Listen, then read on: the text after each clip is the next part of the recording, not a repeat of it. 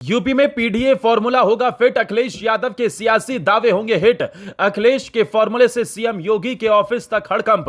जी हां, उत्तर प्रदेश में सियासी हवा अब और भी ज्यादा तेज हो गई है। 2027 के इलेक्शन में भले ही अभी वक्त है, लेकिन अभी से गोटियां सेट की जा रही हैं। पूर्व मुख्यमंत्री अखिलेश यादव ने एक ऐसा ऐलान कर दिया है जिसने सीएम योगी आदित्यनाथ के ऑफिस तक हड़कंप मचा दिया। आखिरकार उन्होंने क्या ऐलान किया है, इससे आधी आबादी कैसे प्रभावित होगी और पीडीए का जो फॉर्मूला है वो कैसे और ज्यादा हिट होगा, इसके बारे में हम आपको बताएंगे। सबसे पहले आप सियासी खेल समझिए।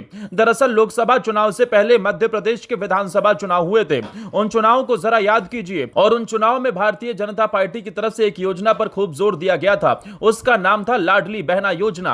इस योजना के तहत जो महिलाएं गरीब तबके से आती हैं उनके अकाउंट में सीधे पैसे दिए जा रहे थे। इससे बहुत ज्यादा फायदा चुनाव में बीजेपी को हुआ और हम सब जानते हैं कि किस तरह से भारतीय जनता पार्टी ने मध्य प्रदेश का विधानसभा चुनाव जीता। हालांकि शिवराज सिंह चौहान जो इस पूरे योजना के कर्ता धर्ता थे, उन्हें बाद में साइडलाइन कर दिया गया और मोहन यादव को मुख्यमंत्री बना दिया गया। इसके बाद महाराष्ट्र के विधानसभा चुनाव हुए थे। महाराष्ट्र के विधानसभा चुनाव में भी कुछ इसी तरह की योजना लाई गई थी और उसके जरिए चुनाव जीतकर भारतीय जनता पार्टी आई थी। हालांकि वहां पर गठबंधन की सरकार बनी और उस वक्त जब यह योजना लेकर आई गई थी तो एकनाथ शिंदे मुख्यमंत्री के बाद वो मुख्यमंत्री नहीं रहे, उनको डिप्टी सीएम बना दिया गया और देवेंद्र फडणवीस सीएम की कुर्सी पर बैठ गए। लेकिन बहुत बड़ा रोल उस योजना का था, यह कहा जा सकता है। उस योजना का पूरे इलेक्शन में बहुत ज्यादा जोर था। उसी योजना को ध्यान में रखते हुए अखिलेश यादव ने भी एक प्लान बनाया है और उसी प्लान के तहत एक ऐसा ऐलान कर दिया जिसके तहत आधी आबादी पीडीए से जुड़ जाएगी। जो योजना कभी समाजवादी पेंशन की शुरू हुई थी, उसी योजना को दूसरे स्टेट में बीजेपी ने लागू करके या अन्य दलों ने लागू कर करके सरकार बना ली।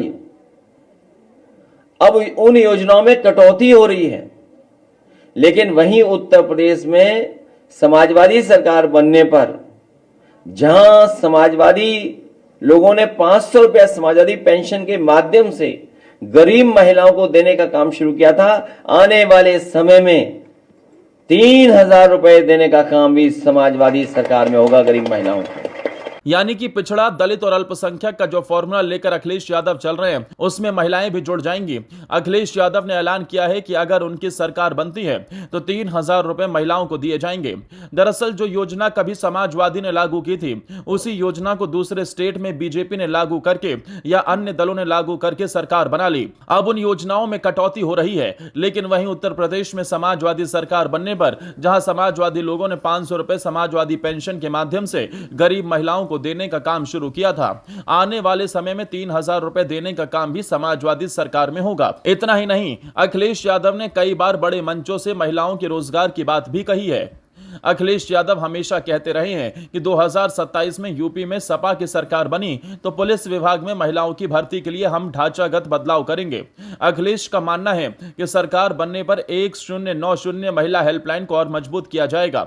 सपा प्रमुख का यह भी कहना है कि उनकी पार्टी 2027 में महिलाओं को ज्यादा से ज्यादा चुनावी टिकट देकर उनका प्रतिनिधित्व बढ़ाएगी।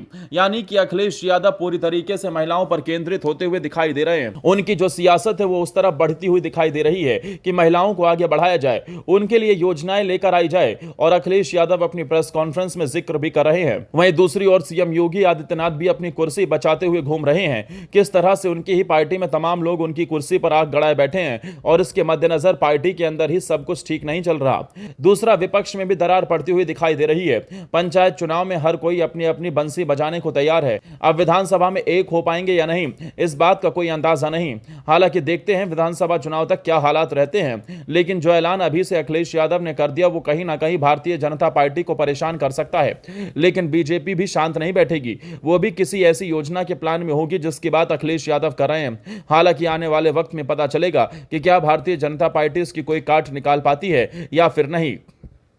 वैसे आंकड़े बताते हैं कि कैसे महिलाओं के लिए सबसे ज्यादा असुरक्षित यूपी हो गया है। आए दिन अखबारों में देखने और सुनने को मिलता है कि छोटी छोटी बेटियों के साथ, बहनों के साथ, महिलाओं के साथ अन्याय होता जा रहा है, लेकिन योगी सरकार आंकड़े छिपाने में जुटी रहती है। इसलिए अखिलेश यादव का कहना है कि हम सब मिलकर फैसला लें कि आने वाले समय में समाजवादी सरकार बने। आपको हमारी ये खबर कैसी लगी कमेंट बॉक्स में जरूर बताएं। अगर खबर पसंद आए तो सब्सक्राइब करना ना भूलें। जय हिंद।